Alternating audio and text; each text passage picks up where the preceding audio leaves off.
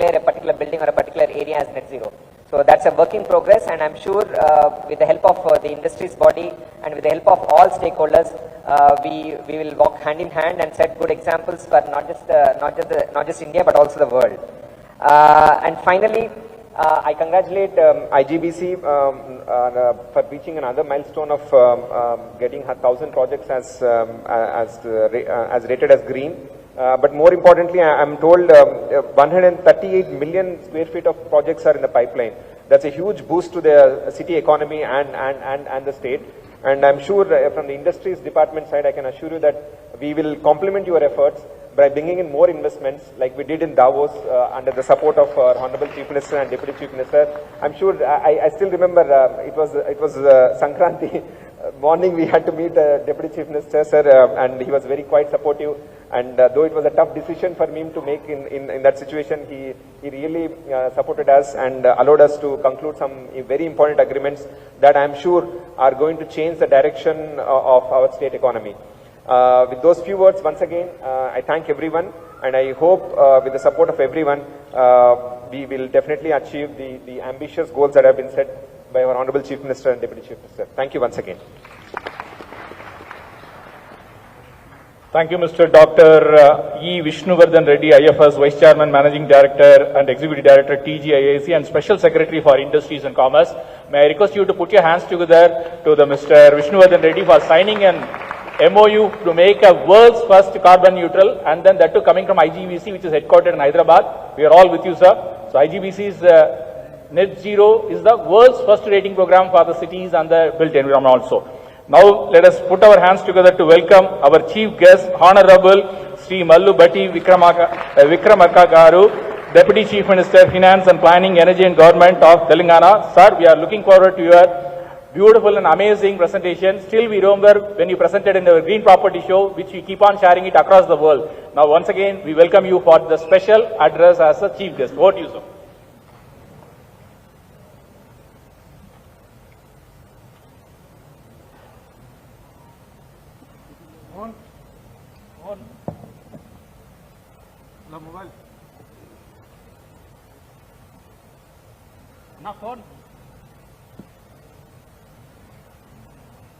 మిత్రులు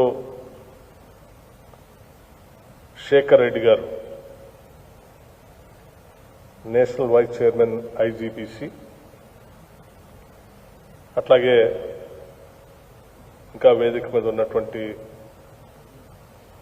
పెద్దలు శ్రీనివాసమూర్తి గారు, చైర్మన్ ఐజీబీసీ హైదరాబాద్ చాప్టర్,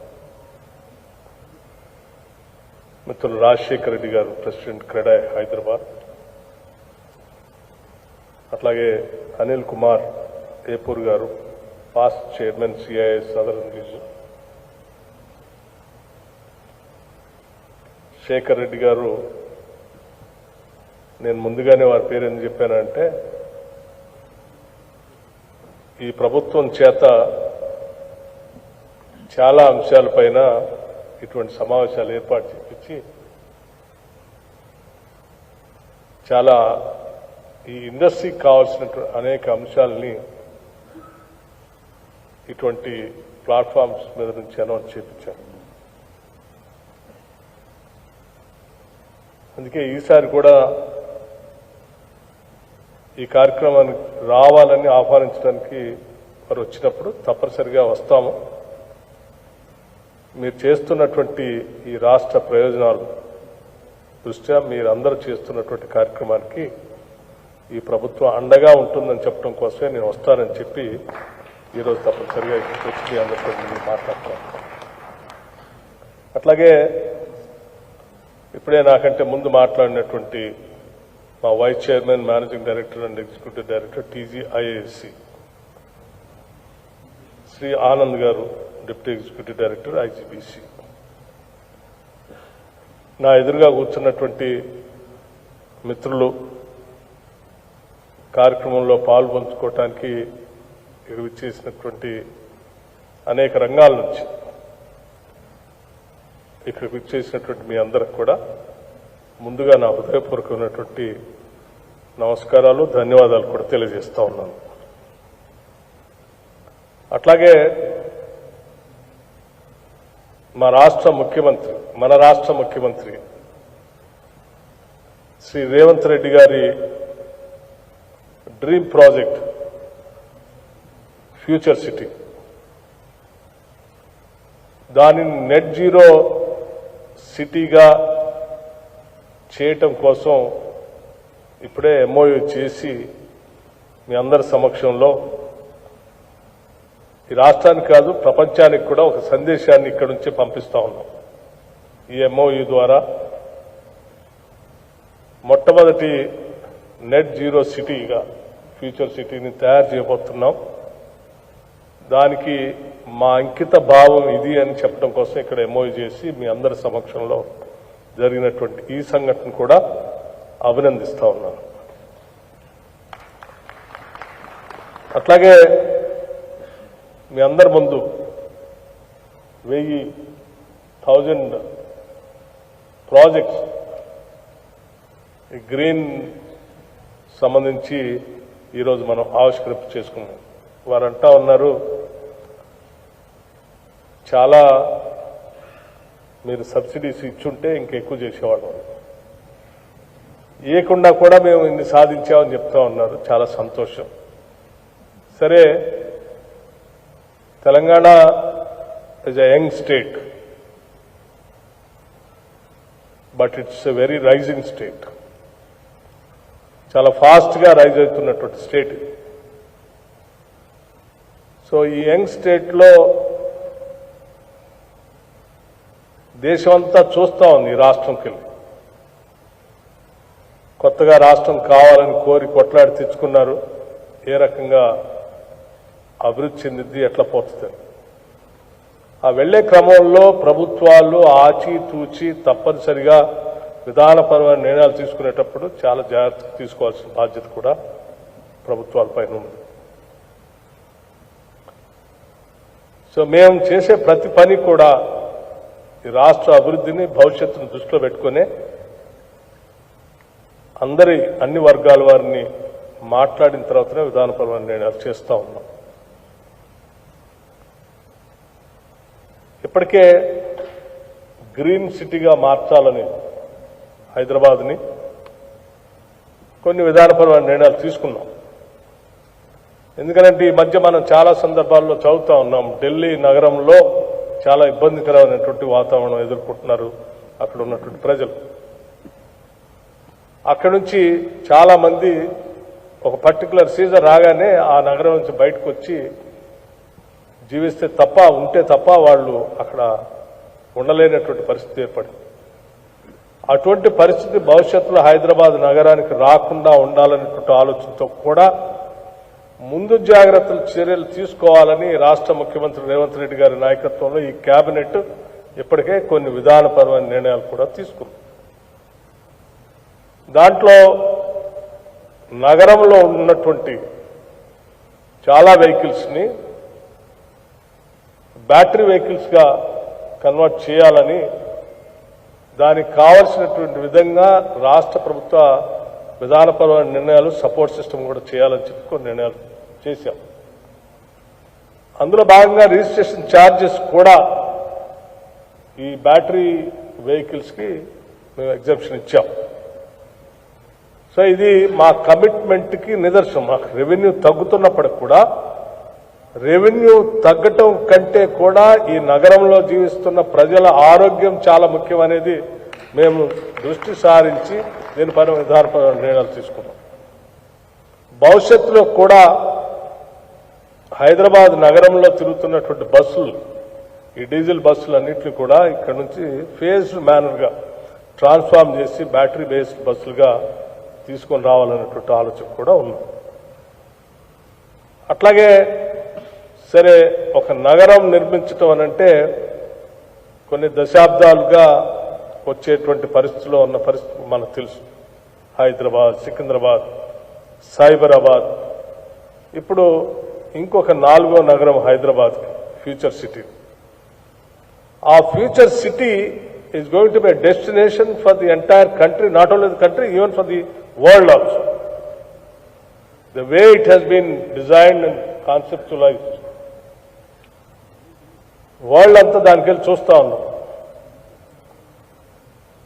ఆ చూసే క్రమంలో మనం నిర్మించే నగరం డెఫినెట్గా భవిష్యత్తులో ఒక ఎటువంటి ఇబ్బందులు లేనటువంటి నగరంగా ఉండాలనేటువంటి ఆలోచనతోనే నెట్ జీరో నగరంగా తీర్చిదిద్దాలని ఆ కోర్ ఏరియాలో మొత్తం విధానపరమైన నిర్ణయాలు తీసుకొని ముందుకు పోతా ఉన్నారు. సో ఈ అంశాలన్నీ కూడా ప్రభుత్వం కూడా మీరు చెప్పినటువంటి అంశాలు సీరియస్గా తీసుకుంటుందని చెప్పడం కోసమే నేను మీ దృష్టికి తీసుకొస్తాను. భవిష్యత్తులో కూడా ఉదాహరణకి మూసీ రిజర్వేషన్ కా that's going to be mile stone even for the Hyderabad and Telangana state. కొన్ని దశాబ్దాలుగా మూసీ రివర్ అబ్యూజ్ చేయబడి విపరీతమైన పొల్యూషన్తో మారి జీవన పరిస్థితుల్లో ఇబ్బందికరవుతున్న పరిస్థితుల్లో దాన్నే ఒక ఆ పారుతున్న నది మనకు ఒక పెద్ద వరంగా మార్చుకొని దాన్ని క్లీన్ చేసుకొని ఆ పరిసర ప్రాంతాలను తిరిగి మళ్ళీ ఫ్రెష్ వాటర్తో పారే నదిగా మార్చుకొని దాని చుట్టూ ఆహ్లాదకరమైన వాతావరణాన్ని ఏర్పాటు చేసుకుంటే హైదరాబాద్ నగరం అనేది ఒక అద్భుతమైన నగరంగా భవిష్యత్తులో కనిపిస్తుంది. కాబట్టి ఎంత ఖర్చైనా సరే ఈ మూసీ రిజర్వేషన్ కార్యక్రమాన్ని చేపట్టాలని చెప్పి ఈ రాష్ట్ర ప్రభుత్వం చాలా కృతనిశ్చయంతో ముందుకు పోతుందని చెప్పడానికి కూడా నేను సంతోషిస్తా ఉన్నాను. అట్లాగే హైదరాబాద్ నగరం ఒకటే కాకుండా భవిష్యత్తులో కూడా మేము ఈ మధ్య తీసుకొచ్చినటువంటి గ్రీన్ ఎనర్జీ పాలసీ 2025 ఒక దశాబ్ద కాలం మాకు ఎనర్జీ పాలసీ లేదు. సో ఈ కొత్త గవర్నమెంట్ వచ్చిన తర్వాత న్యూ ఎనర్జీ పాలసీ తీసుకొని వచ్చి ఈరోజు ప్రపంచం మొత్తాన్ని ఆకర్షిస్తున్నాం. మా ముఖ్యమంత్రి రేవంత్ రెడ్డి గారు, మా శ్రీధర్ బాబు గారు ఇండస్ట్రీస్ మినిస్టర్ ఇద్దరు దావోస్ వెళ్తే 1,80,000 కోట్ల రూపాయలు ఇన్వెస్ట్ చేయడానికి ఈ హైదరాబాద్ ఇన్ అండ్ అరౌండ్ రాష్ట్రంలో ఇన్వెస్ట్ చేయడానికి ముందుకొచ్చారు. ఇంకా చాలా మంది ముందుకు వస్తా ఉన్నారు. సో గ్రీన్ ఎనర్జీ మా టార్గెట్ కూడా I'm making it very clear. By 2029-30 కల్లా నేను 20,000 మెగావాట్ పవర్ని గ్రీన్ ఎనర్జీలో తీసుకొని రావాలని టార్గెట్ పెట్టుకొని ముందుకు పోతున్నాం. దానికి కావాల్సిన ప్రణాళికలన్నీ తయారు చేసాం. అందులో న్యూ ఎనర్జీ పాలసీలో we made it very clear in that. By 35 కల్లా 40,000 మెగావాట్ పవర్ తీసుకొని రావాలి. So the whole world is going towards the particularly advanced countries. So ఆ దిశలో మన తెలంగాణ రాష్ట్రం కూడా ముందుకు పోవాలనేటువంటి ఆలోచనతోనే ఈరోజు మేమంతా ప్రణాళికాబద్ధంగా తయారు చేసుకుంటూ ముందుకు పోతా ఉన్నాం. ఈ హైదరాబాద్ నగరం ఈరోజు చాలా పెద్ద ఎత్తున అభివృద్ధి చెందటానికి కావాల్సినటువంటి నిధులను కూడా రాష్ట్ర ప్రభుత్వం దీనికి కేటాయించింది. For the first time in the history of the entire Hyderabad so far, even in the combined state also, never it has been allotted 10,000 crores in one particular year in the budget. ఒక 10,000 కోట్ల రూపాయలని ఈ సంవత్సరం మేము బడ్జెట్లో కేటాయించి హైదరాబాద్ నగర అభివృద్ధి కోసం, అంటే infrastructure, only capital investment, planning. So ఆ క్యాపిటల్ ఇన్వెస్ట్మెంట్స్తో రకరకాలైనటువంటి నగర అభివృద్ధికి కావాల్సిన ఇన్ఫ్రాస్ట్రక్చర్ మొత్తాన్ని తీసుకొని రావడం కోసం ప్రణాళిక తయారు చేసుకుని ముందుకు పోతాం. దాంట్లో ఫ్లైఓవర్స్ ఉండొచ్చు, సబ్వేలు ఉండొచ్చు, రకరకాలైనటువంటి ఇన్ఫ్రాస్ట్రక్చర్ కార్యక్రమాలు తీసుకొని ముందుకు పోతాం. That is definitely takes the Hyderabad to the heights అని మేము చాలా బలంగా నమ్ముతా ఉన్నాం. ఓ పక్కన ఫ్యూచర్ సిటీ, ఇంకో పక్కన ఉన్న నగరానికి కావాల్సిన ఇన్ఫ్రాస్ట్రక్చర్ డెవలప్మెంట్, ఇంకో పక్కన మూసీ రిజర్వేషన్, ఇంకో పక్కన green energy new energy policy, ఇంకో పక్కన అడ్మినిస్ట్రేటివ్ రిఫార్మ్స్. ఇవన్నిటినీ మేళవించి ఈ రాష్ట్రాన్ని అభివృద్ధి చేస్తూ ప్రపంచ పటంలో తెలంగాణ రాష్ట్రం అనేది ఫాస్ట్గా రైజ్ అవుతున్నటువంటి రైజింగ్ తెలంగాణగా ఈరోజు దేశంలో ప్రపంచంలో కనపడేటట్టుగా ప్రణాళికాబద్ధంగా ఈ రాష్ట్రం ముందుకు పోతా ఉంది. సో మిత్రులు, మీరు అడిగినటువంటి కొన్ని అంశాలు, ఉదాహరణకి హైదరాబాద్ సంబంధించిన రియల్ ఎస్టేట్ రంగం కానీ, కన్స్ట్రక్షన్ యాక్టివిటీస్ కానీ, నాకు తెలిసి మిగతా రాష్ట్రాలతో పోలిస్తే హైదరాబాద్ పరిసర ప్రాంతాల్లో చాలా విరివిగా ముందుకు పోతాం. దీనికి కావాల్సిన is of doing, is of permissions కోసం కూడా అన్ని స్ట్రీమ్ లైన్ చేసి ఈ ప్రభుత్వం నిర్ణయాలు తీసుకుని ముందుకు పోతుంది. ఎవరికి ఎటువంటి బిల్డర్స్కి ఈ రాష్ట్రంలో ఎటువంటి ఇబ్బంది రాకుండా చూసే కార్యక్రమాన్ని ఈ రాష్ట్ర ప్రభుత్వం తీసుకుంది. ఎవరైనా మేము చాలా స్పష్టంగా ఇచ్చాం, ఎవరైనా కొద్దిమంది కావాలని రకరకాల తప్పుడు ప్రచారం చేస్తే కూడా we made it very clear, this government is very very particular and committed for the development of the state and the city. ఎక్కడ బిల్డర్స్ కానీ లేకపోతే డెవలపర్స్ కానీ ఇబ్బంది పెట్టాలనేటువంటి నిర్ణయాలు ఈ రాష్ట్ర ప్రభుత్వం చేయదు. ఎందుకంటే we all treat you as a wealth creators of the state. మీరు వెల్త్ క్రియేట్ చేయాల్సిందే రాష్ట్ర ప్రభుత్వంతో కలిసి. క్రియేట్ చేసిన వెల్త్ ని ఈ రాష్ట్ర అభివృద్ధి కోసం, ఇన్ఫ్రాస్ట్రక్చర్ కోసం, వెల్ఫేర్ కోసం ఈ రాష్ట్ర ప్రభుత్వం ఖర్చు పెట్టాల్సింది. సో అవి ప్రణాళికాబద్ధంగా చేయాలంటే డెఫినెట్గా we have to encourage hour wealth creators. So we treat you as highly respected citizens of the Telangana state. So I am, on behalf of the government, మేము చాలా స్పష్టంగా చెప్తా ఉన్నాం, మిమ్మల్ని అందరినీ కూడా గౌరవప్రదమైనటువంటి వ్యక్తులుగా చూస్తూ ఈ రాష్ట్ర అభివృద్ధి కోసం పనికొచ్చే వ్యక్తులుగా ముందు తీసుకొని పోతామని చెప్పి ఈ సందర్భంగా మీ అందరికి మనవి చేస్తూ, ఈ గ్రీన్ ఎనర్జీ అట్లాగే మీరు తీసుకున్నటువంటి ఈ నెట్ జీరో రేటింగ్ సిస్టమ్స్ సంబంధించిన కార్యక్రమాలన్నిటి కూడా రాష్ట్ర ప్రభుత్వం నుంచి తప్పనిసరిగా సంపూర్ణమైనటువంటి సహకారం ఉంటుందని చెప్పడం కోసం నేను ప్రత్యేకంగా ఈ సమావేశానికి వచ్చాను. So I wish you all the best. ఇక్కడ ఉన్నటువంటి ఫ్రెండ్స్ అందరికి కూడా మీరందరూ కూడా you are all taking part in the development of the urban centres. Particularly architects వచ్చినట్టుంది, ప్లానర్స్, సిటీ ప్లానర్స్ వచ్చినట్టుంది, బిల్డర్స్ వచ్చినట్టుంది, కన్స్ట్రక్షన్ యాక్టివిటీస్లో ఉన్న కన్సల్టెంట్స్ కూడా వచ్చినట్టుంది. అందరికి కూడా చెప్తున్నాం, feel it is like a Hyderabad. What I feel, Hyderabad is a paradise for the builders. So ఇక్కడ ఎటువంటి ఇబ్బందులు లేవు. I wish you all the best. Go ahead, keep going. Thank you very much.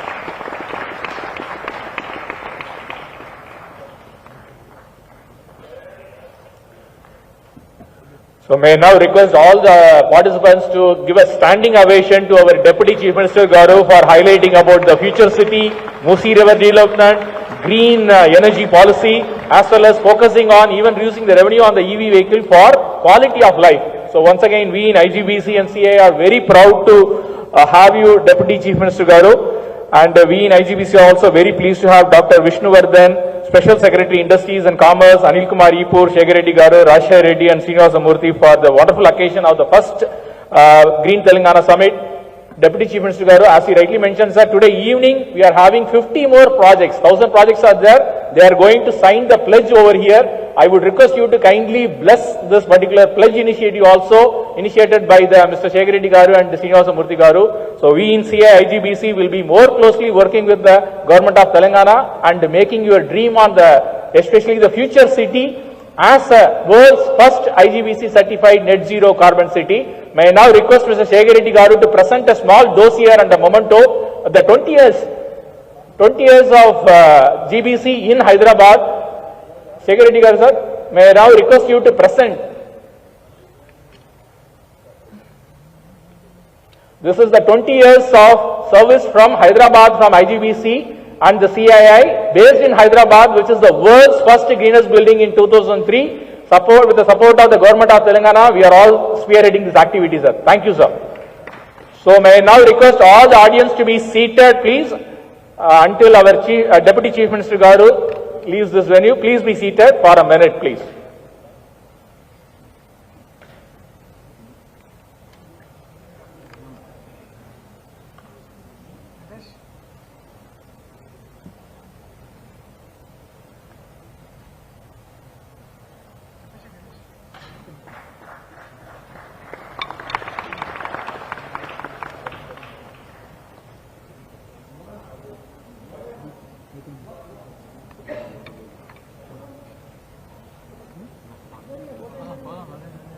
Thank you.